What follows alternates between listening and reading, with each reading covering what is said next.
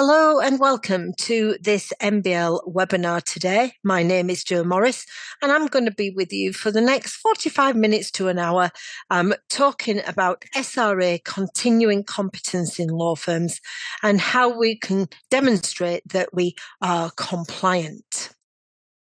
So what's on the agenda for today? Well, we're going to be doing an introduction. We're going to look at what is meant by continuing competence. We'll look at the 4 areas of the SRA's framework.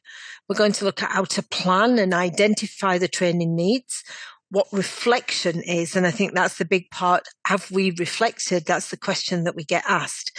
What kind of activities are you going to choose? How are you going to keep your records for compliance?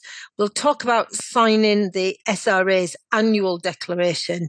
And then I just want to talk a little bit at the end about the SRA's annual assessment of continuing competence for 2024. So this is something that was just released on the 31st of July this year. So looking forward to what they're looking for in 2024. So this was the headline news back in January last year, where the SRA said that anyone not taking continuing professional development seriously can expect enforcement action.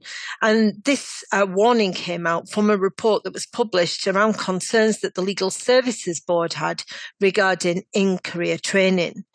Now, the SRA said at the time that they had certain things in place to set out those standards of competence. And they were very proactive in making sure that everyone was meeting the relevant standard that was required. They were undertaking thematic reviews, they were reviewing training records and responding to individual cases of incompetence on a case-by-case basis. And Paul Phillip, who is the SRA's chief executive, said at the time that during 2023, we will further improve how we identify solicitors and firms who are not meeting our expectations and work with individual solicitors and firms where we have concerns around competence. We will take enforcement action where necessary to protect consumers where standards fall short.